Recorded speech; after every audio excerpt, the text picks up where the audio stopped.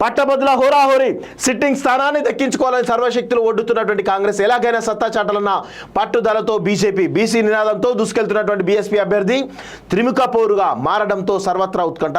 మరో 2 రోజుల్లో ముగియనటువంటి ప్రచారం అంటూ చూస్తూ ఉన్నాం. సో 24-25 తారీఖు నాడు ఈరోజు ప్రచారం ముగియనుంది.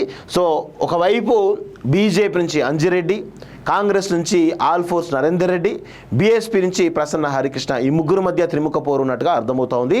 సో ఇక్కడ ముగ్గురిట్లో టఫ్ సిచ్యువేషన్లో నరేందర్ రెడ్డి బయటపడేయడానికి చాలా స్కోప్ అయితే కనబడతా ఉంది.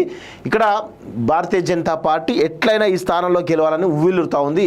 దానికోసం వాళ్ళు ఆల్రెడీ ఆర్ఎస్ఎస్ వింగ్స్ కానీ లేకపోతే బీజేపీ యొక్క టీమ్స్ కానీ ఆ రకరకాల వింగ్స్ ఆల్రెడీ గ్రౌండ్లోకి 75 మందిని ఒక జోన్గా, అంటే ఒకరిని 75 మందికి ఒక ఇన్ఛార్జ్గా ఇచ్చేసి ఆ 75 మందికి ఒక ఇన్ఛార్జ్ పెట్టేసి, కాబట్టి ఆ ఇన్ఛార్జ్ ఎవరైతున్నారో ఒక్కొక్క ఓటర్ని 2 సార్లు 3 సార్లు తట్టి పర్సనల్ కలిసేసి వాళ్ళు మోటివేట్ చేసే విధంగా ఈరోజు 75 మందిని ఒక యూనిట్గా తీసుకొని భారతీయ జనతా పార్టీ పనిచేస్తూ ఉంది.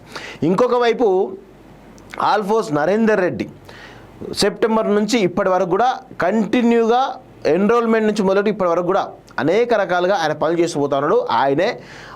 ఆయన టీమ్స్ ఏవైతున్నాయో ఆల్ఫోర్స్ సంబంధించినటువంటి సిబ్బంది, అదేవిధంగా కాంగ్రెస్ పార్టీ అన్నీ కలిసి ఆయనకు పనిచేస్తాయి.